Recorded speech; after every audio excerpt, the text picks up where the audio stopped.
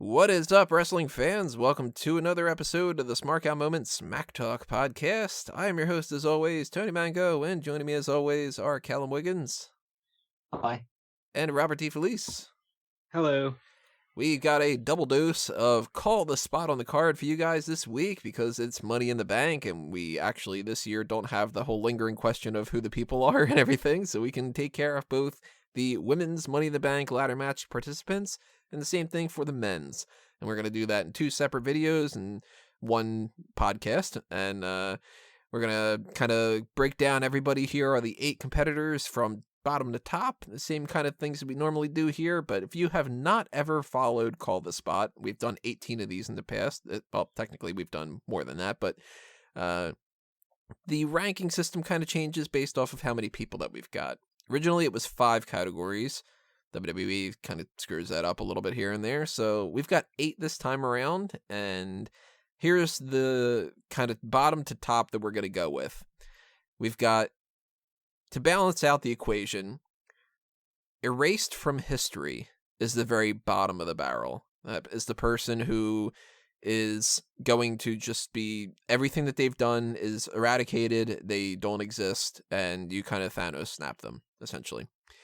Then we move up a little bit higher to somebody who gets released. They are not erased from history. They are just taken out of WWE. Then the jobber spot, lower mid-card. Mid-card, that's full-on mid-range of that. The upper mid-card, the main event level, so, you know, your championship or just about that. And then you got the Hall of Fame, top of the top, somebody who is maybe not necessarily like retired, but maybe they could be, depending on your arguments.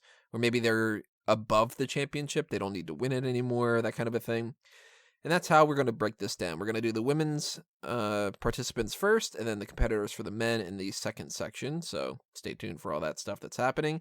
And we invite you to do the same in the comments below and tell us what your breakdown is and what your thoughts are on all the stuff that we're going to be saying. So that's your breakdown for all the setup stuff, except for who we're going to be talking about.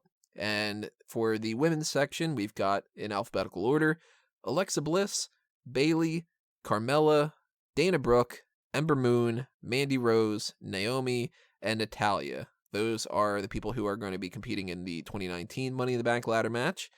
And obviously, when we get to the predictions of the Money in the Bank pay-per-view, we're going to be talking about who we think is going to win the match and how that's going to all play out. But this is completely disregarding anything when it comes to predictions. It's just purely like a marry, fuck, kill type of thing. So, all that out of the way. Let's go bottom to top. And let's start with, who are we going to erase from history? I got a feeling we're all going to agree on this one. It's kind of an easy pick, and there really is no other way. It's got to be Dana Brooke, right? Bye, Dana. Yeah, I feel bad, but it's a clear answer. There's really no argument to anything else. If you picked anybody else, it's just a vendetta. Like, Dana Brooke hasn't won a championship. She hasn't been an integral part of any kind of feuds. She has already been in WWE for a long enough time now that we know that, like, she's not going to reach that next level, most likely. Although she's doing better right now than she's been for a while, so, you know, you never really know. And it's the easy pick and really the only choice. There was actually this and then one for the men that I felt like you have to pick that, and there's really no other choice, and we're going to get to that when we get to the men thing. But everything onward, I think that we could have a wide variety of options. And I'm going to start off with the released and say something that I don't know if anybody else is going to have, but I went with Ember Moon. My philosophy behind it was, it's not crapping on her. It's that she's been overlooked. And out of everybody that's in the rest of this list, I don't know if I would want anybody else to leave and go to another company and try to make something of themselves. Like Naomi, for instance, I think she's a WWE lifer. I think that Alexa Bliss going elsewhere, she wouldn't be on the same platform, and so on and so forth. Ember Moon, I feel like if she were to go and just be Athena in AEW, she could do better than what she's been doing in WWE. What do you guys got? Who wants to go? I went with Carmella because she's got other ventures with her wine brand and she's branching out. And really, I don't think it would be that much of a hit to the company if she were to leave. And if anything, if she was desperate to get back into wrestling, there's always the End Zone cast pairing, depending on their relationship and how all that is going. I went with Naomi. I think it's mainly just due to the fact I think that she's probably the most stale act out of all of them that we have the choice between. She's been there for must be over a decade at this point if you count her time in FCW and NXT and all of that stuff. She's already won the championship. She's probably not going to reach that level again because there's just too many people past her in terms of popularity and just level of skill. And I just don't think that she really adds anything to the shows anymore beyond just being somebody you can fill into a feud as the token babyface.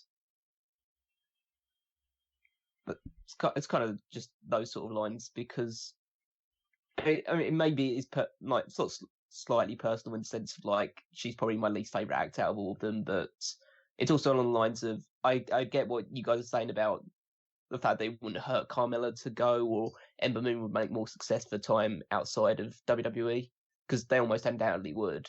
But I'm trying to take this by the perspective of if I was running the company, this is where I would position them. Yeah. And yeah, and a sense of like, oh yeah, Ember Moon would do better outside of WWE, but it's my WWE and I want to push her to the top because she's really talented. I mean, you could do that trying to trade off of being like, well, let's actually push Ember Moon, and then you have to put somebody else in that spot. And if you're going to do that, then I would have to lean towards either Carmella or Naomi. And that's kind of what leads a little bit into my jobber pick, which is Carmella. And my rationality behind that was if Ember Moon goes elsewhere, she can make it better for herself. Carmella, I don't think would. And whether she's a babyface or a heel, I think that the best thing that, like, the strongest point that she has going for her is her character work. That she can, as a heel, she can be the type that's like a coward who gets her ass beat and like runs away from the baby faces, like a Becky Lynch or something. And as a babyface, she could be like kind of what she's been doing a little bit recently, although they haven't been having her really wrestle all that much, but somebody who can go out there, kind of get the crowd a little bit hyped and then lose to a Lacey Evans or a Charlotte or, you know, something like that. I kind of look at her as sort of like a Heath Slater a little bit. So she's my jobber.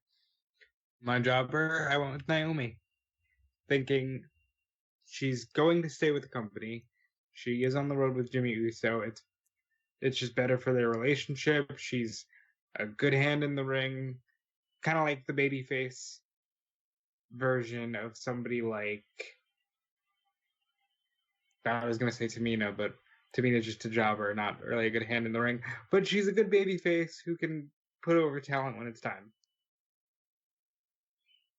I put Carmella as well in my jobber spot, just because she's probably out of a lot of them one of the least talented in the ring, but she's got a good babyface persona.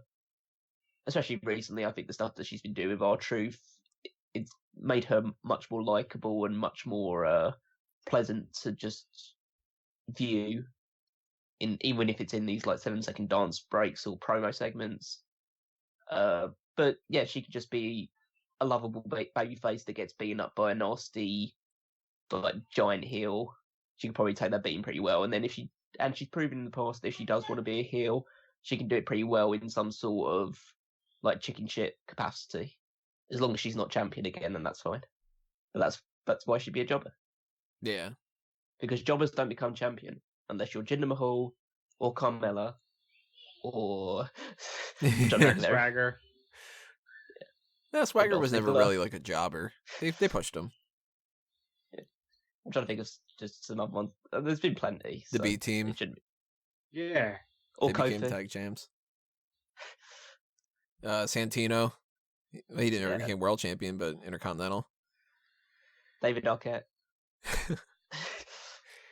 So that moves us up to lower mid-card. And lower mid-card is that kind of in-between range. You're not quite a jobber, but you're not going to be somebody who's necessarily like... If you're competing for a championship, everybody knows you're not going to win. That kind of level. Sort of like in this match itself, I mean, realistically, like, I mean, taking it out of the whole scenario of us ranking them, you look at these women that are in the Money in the Bank right now, and I don't think that anybody's really going to assume that, for instance, Naomi is going to win. Like, she could, but I don't think she's in, like, that top running. And that's kind of where I'm putting Naomi in my lower mid-card here. Like, she's the veteran who puts people over. And she deserves better than that, but, you can't put everybody in the other spots because that's kind of the name of the game. So I don't want to put her lower than that and put Carmella above her, but I can't put Naomi above any of the others. I'll go with mine then. I went with Alexa Bliss because there's a multitude of reasons. One, I think she's not terrible in the ring, but she's average at best, I'd say. She's very injury prone, as been proven in the last year or so. So she can't be trusted to be in a main event spot because she could get injured the next week and could be out for a couple of months. And she's also more commonly seen on Raw nowadays doing her Moment of Bliss segments as opposed to actually being in the ring. So you can just have her in that role as mainly as a host or a character role rather than being in the ring. But I wouldn't put her as like, when she is in the ring, then she can still occasionally win matches, occasionally lose matches. She's already a 5-time champion. She never needs to be champion again. At least as far as I'm concerned. And yeah, her real strength is in her character work and promo ability. So keeping her out of the ring as much as possible is actually a benefit to her.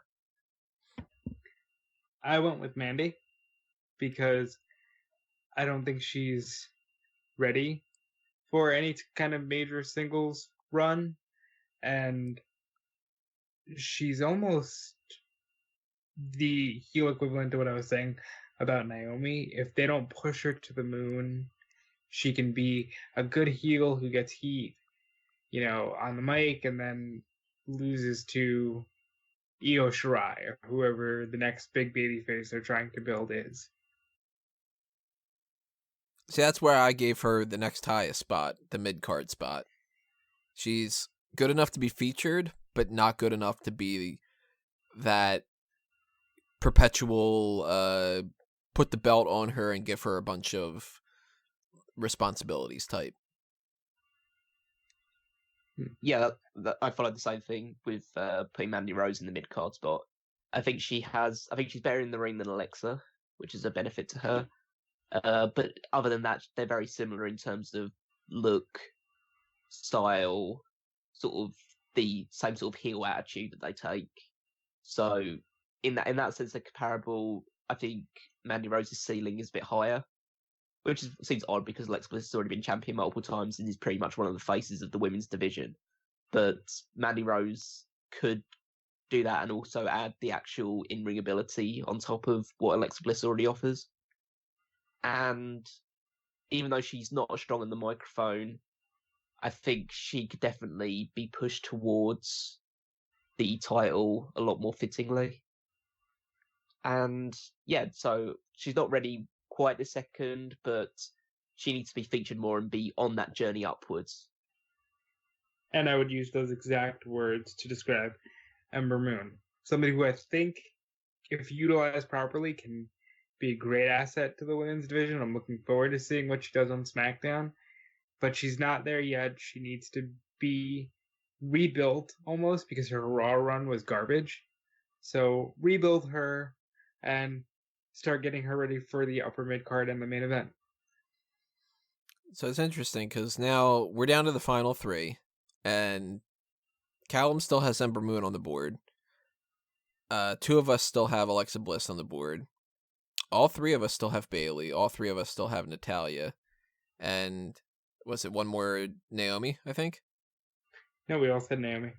Yeah, yeah, I've got Naomi as released. Rob has her as the jobber, and you have her as the lower mid card. Oh, I'm thinking of the 2 Alexa and 1 for Ember. That's what balances that out. Yeah. So I think we might be leaning in the right direction, or in the same direction, not necessarily the right one, when it comes to our final pick, but I'm going to save that a little bit here. Because we have upper mid-carder, and I went with Bayley. Yep. To me, Bayley has grown stagnant, not just once, but multiple times. And she was really top of the line in NXT. And once she won that title, everything just went downhill. She had her Nia Jax feud, and that didn't really serve in much of a purpose. She lost the title pretty quickly to Asuka, came onto the main roster, and was overlooked. And it took a long time for her to get that build. And then once again, she won that title, and it just didn't work out all that well. And now she won those tag titles, and that didn't work out well. And I kind of feel like Bayley is better chasing the title than being the champion. I agree, and that's why I have Bayley in the exact same spot. I think Bayley at any point can easily grab the 2 higher spots as for Hall of Fame or main event, but right now she's been wasted on almost the entirety of her main roster run. And yeah, she was Raw Women's Champion, but it was Does anybody remember it? It was never even about her. And she lost it to Alexa. She did lose to Alexa, right? And then she just was on a downward slope ever since. And she had that brief resurgence for the women's tag title. And with the way that ended up, it's almost becoming a gag on her, you know? So I think Bayley needs a lot of work done, but she can still be a main eventer soon. And that's why I have her in the upper mid card. I'm going to guess Callum has Ember Moon in this spot. Yes, I do. Okay, got it right. Just because she's less established than Bayley, but you can't deny the fact that she's probably the best wrestler at the moment in time. Obviously, Natalya has a lot of ability, and you can look at Naomi has a lot of athleticism as well, and Bayley's very good, in terms of a storytelling capacity. But I think Ember Moon at this point in time is just leaps and bounds above other people. She's got the most stylish and inventive finishing move. She's extremely athletic, extremely quick, and I think you can just build her up to just outside of that title picture, like the next person knocking on the door for the title, just based on giving her good matches with people, which they just haven't been doing. I mean, they haven't used her at all. No. I mean, you could talk about Bayley, they've wasted her, but at least they've given her pushes in bursts. Obviously, they've used Alexa, probably overused Alexa. Mandy, they've given bits and pieces to. Carmella's been champion before. Naomi's been champion before. Ember Moon came onto the main roster, had 1 or 2 matches, and then basically disappeared. She didn't even get a good run in NXT. She won that title after Asuka left. She didn't get that whole, I beat Asuka, now I've proven myself. It was sort of well, you couldn't beat Asuka twice, or however many times that it was. And now that she's no longer in there, now you're the second best option. And then I think she lost on her first title defense, right? Or was it her second? Yeah. Oh, yeah, because they did the whole thing with, where she, barely retained against Jaina, right? I mean, if they were telling the story correctly, she should have lost on her first title defense, but it's just a case of, I think she has enough she could be, the upper mid-card talent that's the ring veteran, not the ring veteran, but the ring general, or the one that you can guarantee to put on 4-star matches every single night with the right opponent, obviously. I mean, if you put it on there with Billy Kay, you're probably not going to be. I knew you were going to go with Billy Kay for some reason. I was literally just about to say Billy Kay. I don't know why she popped in my mind. I could have said Tamina. Yeah. To be fair, I could have said half the women's roster, and you're probably not going to get a 4-star match. But if you put her with Bayley, you put her with Charlotte, you put her with Becky Lynch, you're going to get a good match, and she's going to play a big part in that. And I think that's why you could kind of push her just based on ring work alone towards the top in today's age. And I think that she has enough personality, even though we haven't seen it, that she could do well in that side of things as well. Obviously, that's more of an unknown quantity because she's not really been given a chance to. But I'd still think, yeah, just based on her in-ring acumen, she's worth being close to the top. See, I'm gonna kind of. This isn't meant to be like totally dumping on her, but I mean, it's gonna kind of come out that way. I can't really say it any other way. I feel like Ember Moon sucks on the mic, and in WWE, she's the type that she could be a great in-ring person. Like, she's got that down. Like, she's fun to watch in the ring. But I feel like every time she cuts a promo, and this isn't just her, this is a lot of the different women. I keep mentioning how, like, Sasha Banks does this kind of stuff too, but I feel like she gets in her own head, and she hasn't had enough time in, like, promo classes and everything to really kind of, like, get to a level where she feels comfortable.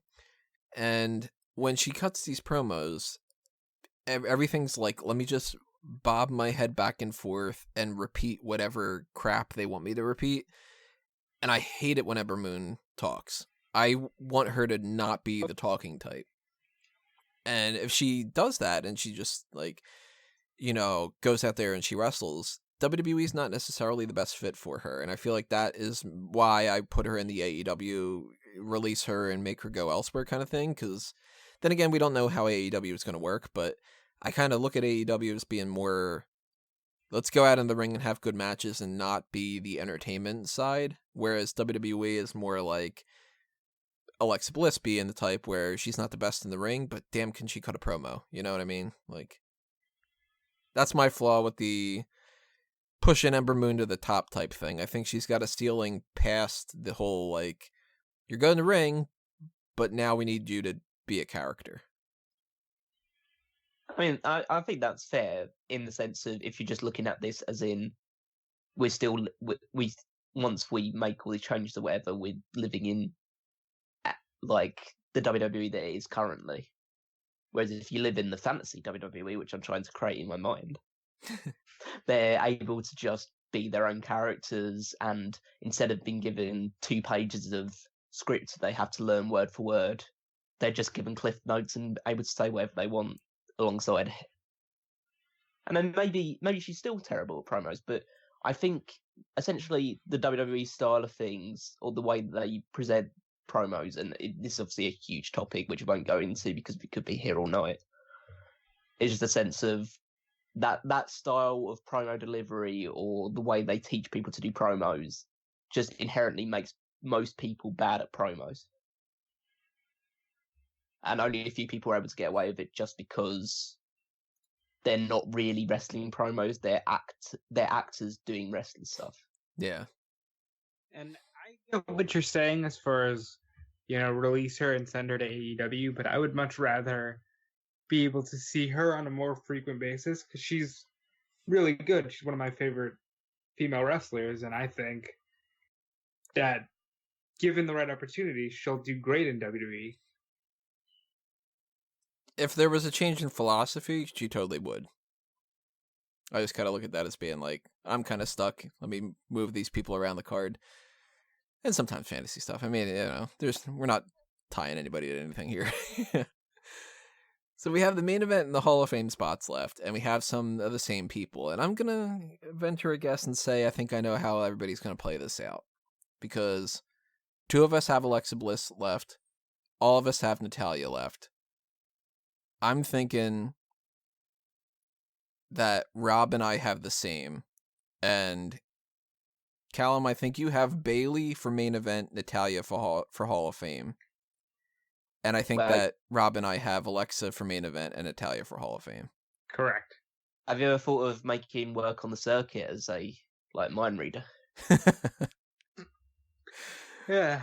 So, I mean, when you get to the final thing, we always kind of do the last 2 because what's the point of being like? And the last thing is the one we haven't talked about yet. But so I came about this probably the same way that you guys did, where one of the first thing that I did on this list was I put Dana Brooke at the bottom, and then I put Natalya at the top. I was like, if anybody gets into Hall of Fame, unfortunately, even though I want eventually, Bayley and Naomi and Alexa to get in there.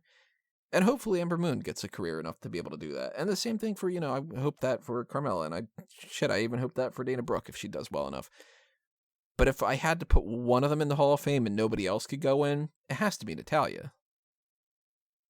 Yeah, I mean, Natalya, first of all, has the bloodline and has been in the company now for 11 years on the main roster and has consistently provided great matchups, even when great matchups weren't, their thing. When they brought up the Divas title, the first Divas Championship match, Natalya was in it. She's a key player to everything going on in WWE right now, as for the women, and you have to honor her at that Hall of Fame. That being said, Alexa's Hall of Fame bound already too. Yeah, and that's why she gets the main event spot. She's Yep. too good on the mic to not keep her in a top spot. And even though she's not the best in the ring, she gets better reactions and she pushes the whole landscape more just by cutting a couple promos than most people do in a 3-month feud. So Callum, you have Natalya at the Hall of Fame too, and you've got Bayley for main event. Same kind of rationality of Natalya has to be in that spot, so Bayley gets the next best. Well, it's not as much a case of Natalya deserves that spot. I wouldn't just say that she has to be in it. It's more of a case of she's obviously the most tenured name. If I had to put her anywhere else on the list, then I probably would put her towards the mid-card or maybe even the jobber spot, just because she could be used to elevate other people at this point in her career, and that's mainly how she's being used anyway.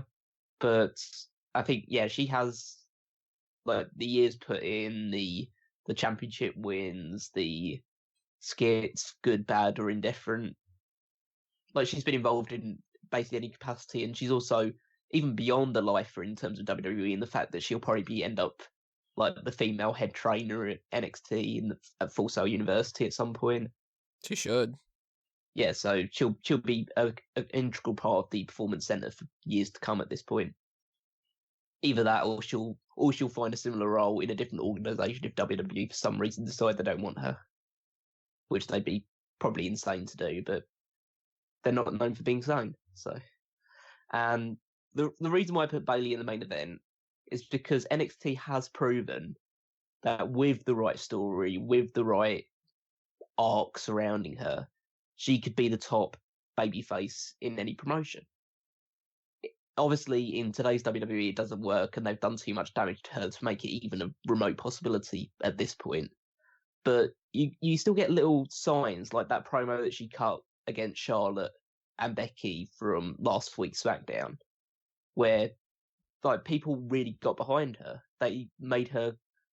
You can still make her the person that likes hugs and a very kind and giving babyface, while also giving her an edge and not willing to take shit from people that see her as a pushover. You can do that. Just WWE in its current way of writing and formatting stuff is incapable of doing that. But I say that some people in WWE are. The ones that have also worked in NXT, like Triple H and William Regal, seem to know how to do that sort of thing. So if they were given the ball, they would be able to take Bayley and say, yep, that's our top babyface. And I usually like to, when I do decide on these called spot lists, to put a babyface in the main event spot, because in my mind, that's really how it should work. It should be a top babyface. And you should only really be a heel in there if any of the babyfaces just aren't up to scratch. Yeah, I mean, it should be Hogan, Austin, that type thing. You should build around a babyface and give them heel challengers, as opposed to have a heel that needs somebody to step up. Yeah, exactly. And while I understand the approach of going with Alexa Bliss, it's just a case of more beyond just the fact that it's not as much the ring work, because we know that in WWE it doesn't really matter as much if your ring work isn't up to par. But it's just more about the fact that she's inconsistent in terms of her ableness to actually work. I mean, it's the same issue with a Daniel Bryan from years ago. Do you really want to give her the top belt when she could go down with a concussion in the next couple of weeks. Right. Like, I understand that she's very important in terms of character and as her promo ability shows, but she just won't help. I wouldn't give her the title anymore just because she has proven in the last year or so that she can't stay on the roster for more than a couple of months at a time.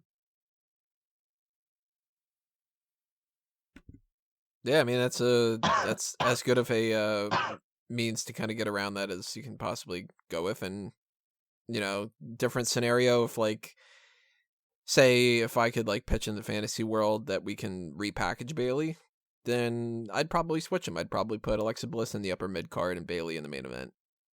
I'm kind of judging them a little bit by who they are right now, and I'm looking at Bayley and going, yeah. I want to live in the fantasy world, Tony. Yeah. The fantasy world is so much better than the current world. I don't blame you. Yeah, Tony. In this fantasy world, we don't go to Saudi Arabia. In this fantasy world, Saudi Arabia is just, Saudi live Arabia event tour. Saudi Arabia's seen the light, and it doesn't like treat people in the way that it does. It doesn't kill journalists for saying bad stuff about us. All right, so let's break down our lists one more time for anybody to kind of go through recap mode. Bottom to top, mine was Dana Brooke, then Ember Moon, Carmella, Naomi. Mid-card section was Mandy Rose. Then we get to the upper mid-carder of Bayley, the main eventer of Alexa Bliss, and the Hall of Famer Natalya. I'm erasing Dana from history. I'm releasing Carmella, keeping Naomi as a jobber, putting Mandy Rose in the lower mid-card, Ember Moon square in the mid-card division, Bayley in the upper mid-card, Alexa's in the main event, and Natalya is in the Hall of Fame. Dana Brooke erased from history, Naomi released, Carmella jobber, Alexa Bliss lower mid-card, Mandy Rose mid-card, Ember Moon upper mid-card, Bayley main event, Natalya's Hall of Fame. So it's kind of interesting that even though we have a little bit of variety here, we do kind of agree on some things. Like, I mean, we all have Dana Brooke at the bottom. We all have Natalya at the top. We all have Mandy in like that middle range, and Bayley in that number 2, number 3 spot, kind of. And Carmella and Naomi are kind of hovering that bottom section. It's mostly just a matter of, do you put Ember Moon like at the released or the mid card or the upper mid card kind of thing? She's the one that moved around the most. Kind of interesting. Very similar sandwiches. Yeah, it's still the same meat, cheese, same type of bread. Hopefully like ciabatta or something. You got a ciabatta. So since you're on YouTube, drop a comment below and tell us what you think about our lists and what your list would be. And stay tuned for that next part, which is going to be whenever you click on that, because you've got the power. It's in your hands. So the men's section is on that separate video. And for now, we are being counted out.